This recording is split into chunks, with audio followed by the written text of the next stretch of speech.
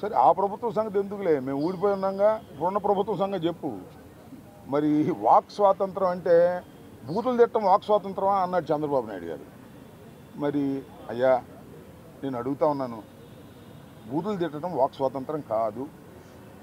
బూతులు తిట్టే వాళ్ళని సహించమాకండి, బూతులు తిట్టే వాళ్ళ మీద యాక్షన్ తీసుకోండి. ఏమన్నాడయ్యా మనలో మన మాట. ఆయన పేరేంటి, స్పీకర్ గారు, ఆయన పేరేంటి, అయ్యన్న పాత్రుడు గారు ఏమన్నారు, చెత్త నా కొడుకు ఈ ముఖ్యమంత్రి అన్నాడా జగన్మోహన్ రెడ్డి గారిని. ఇది బూతు కదా నాయన, మీకు కనిపించడం లేదా? అంతేకాదు అంటే మళ్ళీ కోపం వస్తుంది మా వాళ్ళకి, మా సోదరులు కాపు సోదరులకి. ఏమన్నాడా పవన్ కళ్యాణ్ గారు, చెప్పు తీసి వైఎస్ఆర్ కాంగ్రెస్ పార్టీ ఎమ్మెల్యే కాపు నా కొడకల్లారా చెప్పు తీసుకొడతా అన్నాడా లేదా? ఇది బూతు కదా, దీని మీద యాక్షన్ ఉండదా? అంటే మా వాళ్ళు ఎక్కడ పొరపాటున బూతు మాట్లాడితే మమ్మల్ని గొంతు నొక్కేస్తారా, జైల్లో పెట్టేస్తారా, నెల తరబడి తిప్పేస్తారా? మీకు ప్రత్యేకమైన చట్టం ఉందా? నాకు తెలియక అడుగుతున్నా. ఇవాళ నేను చూసా, ఇందాక ఎక్కడో ఆర్జీవి గారు సినిమా తీశారంట, దానిలో మన ఆయన పేరు ఏంటండి, చంద్రబాబు నాయుడు గారి అబ్బాయి లోకేష్ ఏదో వ్యంగ్యంగా పెట్టారంట, పప్పను గిప్పను. దానికి కోపం వచ్చేసి ఇప్పుడు ఇంటి చుట్టారు ఉన్నారు పవన్ కళ్యాణ్, ఏది మన ఆర్జీవి గారి ఇంటి చుట్టారు, ఆయన పట్టుకొచ్చి అరెస్ట్ చేసేద్దామని. నేను ఒక మాట చెబుతున్నానయ్యా, ఎవరయ్యా సీమరాజు అంట, ఎవరో నాకు తెలిసి చూడాల నేను, ఆ సీమరాజు గారు. మరి ఆయన మీద యాక్షన్ తీసుకోరా? కండవ వేసుకుని మాట్లాడుతున్నాడు, చూసారా మీరు? ఏమండి చూసారా లేదా మీరు? వైసీపీ కండవ వేసుకుని మాట్లాడుతున్నాడు, మా పార్టీ వాళ్ళలాగానే మాట్లాడతాడు. జగన్మోహన్ రెడ్డికి అనుకూలంగా ఉండగా మాట్లాడతాడు, నన్ను తిడతాడు. ఆ ఇరిగేషన్ మంత్రి అంట, అరే బాబు వాడికి ఏం తెలియదు, వాడు డ్యాన్సులు వేస్తాడు అని మాట్లాడుతున్నాడు. అది యూట్యూబ్లో చూపిస్తాడు, అది నేరం కాదంట. బూతులు తిడతాడు, అది నేరం కాదంట. సినిమా సెన్సార్ చేసి వచ్చిన సినిమా అంటే నేరం అంట. అందువల్ల ఆర్జీవీని లోపలేసేస్తారంట. ఎక్కడ పోతారా లోపలేసి? ఇవాళ అయిపోద్దా? పాపం పండదా? ఇన్ని బూతులు మాట్లాడేటటువంటి మీరు ఇవాళ మా గురించి చెప్తున్నారు. శాసనసభలో ఏమంటారు? శాసనసభలో మొన్న కూడా చంద్రబాబు నాయుడు గారు మాట్లాడేటప్పుడు మాట్లాడారు, చాలామంది చూశాను నేను. ఇప్పుడు ఎందుకు లేవన్నీ? ఈ సీమరాజు ఒక ఆయన వచ్చాడు, అంతకుముందు ఇంకో రాజుగారు ఉండేవాడు, గుర్తుందా మీకు? మా పార్టీనే, మా పార్టీలో గెలిచాడు, ఎంపీ అయ్యాడు. ఏంటని రఘురామకృష్ణరాజు గారు మా కండవా వేసుకునేవాడు. ఇప్పుడు సీమరాజు లాగానే మమ్మల్ని తిడుతుండేవాడు, చంద్రబాబు నాయుడు ప్రోత్సహిస్తూ ఉండేవాడు. ప్రోత్సహించి తెలుగుదేశంలో తీసుకున్నాడు. మమ్మల్ని తిట్టన్నాళ్ళు తిట్టాడు. ఎన్ని తిట్టాడండి అయ్యా, ఎన్ని తిట్టాడు చెప్పండి ప్లీజ్, మీరందరూ చూస్తున్నారు కదా. తిట్టుకోకుండా జగన్మోహన్ రెడ్డిని తిట్టాడే. తిట్టిన అది ఏమన్నాడు తెలుసా మీకు? నేను జగన్మోహన్ రెడ్డి నా ఫ్రెండ్ రాజశేఖర రెడ్డి కుమారుడు, తప్పో రైటో తెలియక వాడు వీడు అన్నా నీకు అన్నాడు స్పీకర్కి ముందు. తిట్టినాను ఆయన ఒప్పుకున్నాడుగా, ఆయన ఇప్పుడు స్పీకర్ చేశావు ఆ రాజుగారిని. మళ్ళీ ఈయనెవరు ఇంకో రాజుగారు వచ్చాడు. పాపం ఆ రాజుగారు పేమెంట్ తీసుకునే మనిషి కాదులే, కాస్త చంద్రబాబు నాయుడు వల్ల పడి జగన్మోహన్ రెడ్డి గారిని తిట్టాడు మా కండవ వేసుకుని. ఇప్పుడు కొత్తగా ఇంకో సీమరాజు గారు అంట, ఆయన వచ్చాడు. ఆయన క్యాష్ మొత్తం లోకేషే, రోజు తిడుతున్నాడు, ఇష్టం అయినట్టు తిడుతున్నాడు. దానికి సెన్సార్ లేదు. ఆర్జీవీని అయితే లోపలేస్తారు, సీమరాజుని అయితే నెత్తిని పెట్టుకు పొగుడుతారు. ఎక్కడ పోయే కాలం వచ్చిందా మీరు? ఏది నాకు అర్థం కాల. ఇవాళతో అయిపోతాయా రాజకీయాలని నేను మనవి చేస్తున్నా. ఇవాళతో ప్రభుత్వాలు శాశ్వతంగా ఉంటాయని మనవి చేస్తున్నా. చట్ట ప్రకారం వెళ్ళకపోతే ఎవరైనా మూల్యం చెల్లించవలసిందేననే విషయాన్ని దయచేసి గుర్తుపెట్టుకోమని ఈ సందర్భంగా నేను చెప్తున్నాను. We are going to a legal battle. చట్టపరమైన యుద్ధం చేస్తాం, ఎంత దూరమైనా వెళ్తాం, న్యాయం కోసం పోరాడతాం.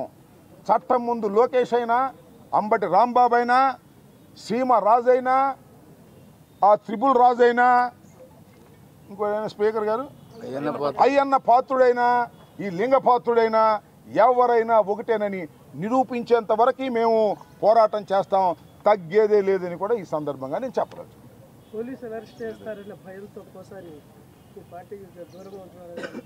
ఏమో మరి పాపం పోలీసు అరెస్ట్ చేస్తారని కొంతమంది భయపడతారు కదా పాపం, అందరూ ధైర్యంగా ఉండలేరు కదా. ఇప్పుడు నన్ను అరెస్ట్ చేస్తారంటే నా భార్య పిల్లలకి అందరూ పడతారు కదా. అట్లా ఏదన్నా బెదిరించాక ఇదంతా కూడా ఏంటి? మేము అరెస్ట్ చేస్తాం, మీరు పోస్టింగ్లు పెట్టొద్దు, మేము అరెస్ట్ చేస్తాం, మీరు మీడియాలో మాట్లాడొద్దు, మేము అరెస్ట్ చేస్తాం, లోపలేస్తాం, మీరు జై తెలుగుదేశం అనండి, వైఎస్ఆర్ కాంగ్రెస్ పార్టీకి రాజీనామా చేయండి. ఇదే కదా కదా ఎంతమందిని కేసులు పెట్టి బలవంతం చేసి రాజీనామా చేసుకుంటే ఉంటారా మీ ఇంట్లో? మళ్ళీ మీ ఇంటికి నిప్పు అంటుకున్నప్పుడు మా ఇంట్లో రారు, వస్తారు. కాలచక్రం గిర్రని తిరిగిద్ది, టర్రని తిరిగి వచ్చేసింది. మళ్ళీ తిరిగి వచ్చేసిన తర్వాత ఉంటుంది భజన. అది విషయం. చట్టం తన పని తాను చేసుకుపోయే విధంగా ఈ ప్రభుత్వం ప్రవర్తించకపోతే న్యాయస్థానాలకు వెళ్తాం, సుప్రీంకోర్టు దాకా వెళ్తాం, న్యాయ పోరాటం చేస్తామని మీ ద్వారా ప్రజలకి, ప్రభుత్వానికి చెప్పదలుచుకున్నాను. ప్రజలకు మనవి చేయదలుచుకున్నాను. ప్రభుత్వాన్ని, చంద్రబాబు నాయుడు గారిని, లోకేష్ గారిని, రెడ్ బుక్ అధినేతని, writer of the red book, చాలామంది పుస్తకాలు రాశారు, చూశారుగా మీరు. ఈ పుస్తకం ఇంత మహానుభావుడు రాసి చెప్పుకుంటారు. రెడ్ బుక్ రాసింది మాత్రం మన లోకేష్ బాబు గారు. ఆయన శాశ్వతంగా రెడ్ బుక్ రచయితగా నిలిచిపోతాడు. ఆ రెడ్ బుక్కే నీకు శాపం కాబోతుందని కూడా ఈ సందర్భంగా నేను చెప్తున్నాను.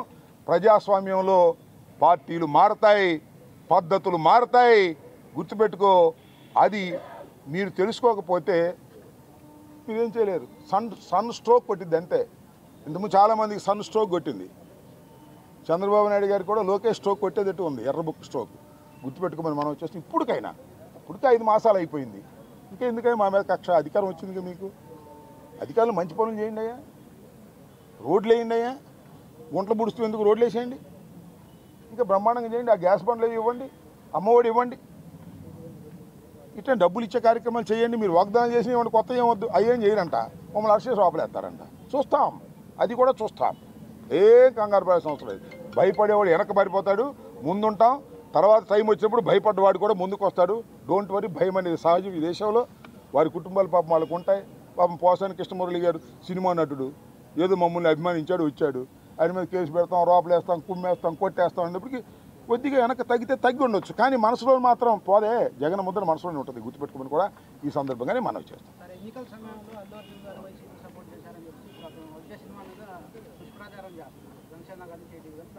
అల్లు అర్జున్ గారి సినిమా మీద ఎంతమంది దుష్ప్రచారం చేసినా అది పార్ట్ 2 కదా. ఏ పుష్పాన్ని చూడకోకుండా ఎవడో ఆపలేడు. అక్కడ దాకా ఎందుకయ్యా? నందమూరి తారక రామారావు గారి కుటుంబం జూనియర్ ఎన్టీఆర్ సినిమాను చూడకుండా బహిష్కరించాలని ప్రయత్నం చేశారా? ఆపగలిగారా? అట్లాగే ఇప్పుడు ఆయన పేరేంటి, అల్లు అర్జున్ గారి సినిమాని ఆపాలని ప్రయత్నం చేస్తే ప్రజలు చూడరు. బాగున్న సినిమా ఏదైనా చూస్తారు. అరే రాజబాబు హీరోగా యాక్ట్ చేసిన సినిమా బ్రహ్మాండంగా చూసామా మేము.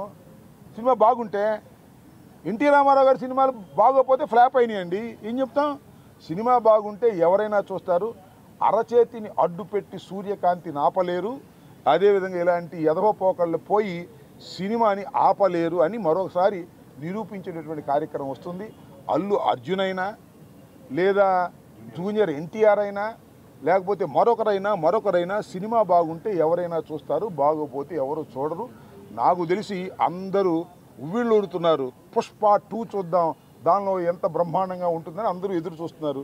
నేను కూడా ఎదురు చూస్తున్నా. మరీ థియేటర్లోకి వెళ్ళి చూడాలంటే ఇబ్బందిని, నేను కూడా పుష్ప 2 ఎలా ఉంటుందో చూడాలని నాకు బాగా కోరికగా ఉంది. ఎందుకంటే చాలా అద్భుతంగా, పార్ట్ 1 అద్భుతంగా ఉంది కదా, హాలీవుడ్ స్టైల్లో ఉంది కదా, అందరినీ తలదన్నే విధంగా వెళ్ళాడు కదా అల్లు అర్జును. అందువల్ల బాగా జలసిగా ఉంది కొంతమందికి. మీ జలసి వల్ల మీ కడుపులు పుచ్చిపోతాయి, గుర్తుపెట్టుకోండి. పోయేవాడిని ఎవడో పట్టుకోలేడు, పైకి వెళ్ళేవాడిని. మీరు పట్టుకోవాలని ప్రయత్నం చేస్తే మీ కడుపులే గ్యాస్తో పుచ్చిపోతాయి, గుర్తుపెట్టుకోమని ఈ సందర్భంగా చెప్పదు. ఏంటి, నేను సినిమా చూడమని నువ్వు చూడు, నాగరాజు టికెట్ ఇస్తాను నీకు, అందరు చూడలేను. కానీ నాకెందుకు సినిమా ప్రచారం? అడిగారు కాబట్టి చెప్పాను. నేను సినిమా జోలికి వెళ్తానా? అడిగారు కాబట్టి చెబుతాం. అప్పుడెప్పుడో బ్రో సినిమా గురించి వెళ్ళాము, దానిలో నాది కూడా పెట్టారు కాబట్టి. నేను అనేది ఏంటంటే, మీరు అడిగారు కాబట్టి కాస్త చెప్పాలి కాబట్టి, మీకు చెప్పకపోతే బాగోదు కాబట్టి కొన్నేమో చెప్పము, కొన్నేమో చెబుతాం. మనకు నచ్చింది చెబుతాం, మనసుకు నచ్చని నో కామెంట్ అని వెళ్ళిపోతాం. అని అడిగాడు. జూనియర్ ఎన్టీఆర్ని, అల్లు అర్జున్ని ఇద్దరిని బహిష్కరించాలని ఎవరైనా అనుకుంటే అది మీ భ్రమ తప్ప ఎవరిని బహిష్కరించలేరు ఈ దేశంలో, ఈ సినిమాల్లో. గుర్తుపెట్టుకోండి, Allu Arjun is an international యాక్టర్గా రూపుదిద్దాడు. అవునా కాదా? అవునా కాదా? Thank you. టీడీపీకి నీకు కడుపు మాడితే నువ్వే అంటిస్తావు.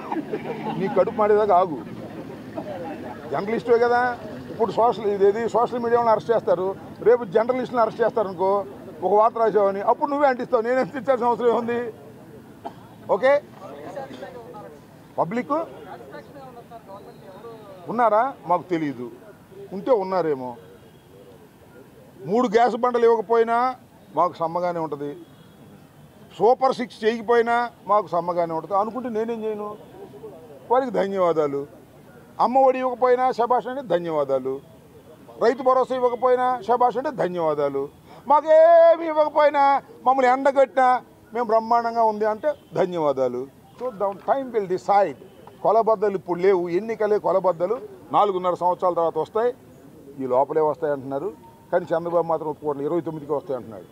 కాబట్టి తొందరలోనే వస్తాయని బీజేపీ వాళ్ళు అంటున్నారు, నేను కాదుగా. అని తొందరగా వస్తే అవి కొలబద్దలు ఏముంది, 5 నెలలకి ఏముంటుంది కొలబద్దలు, మా మీద అరెస్టులు తప్ప. Okay, thank you.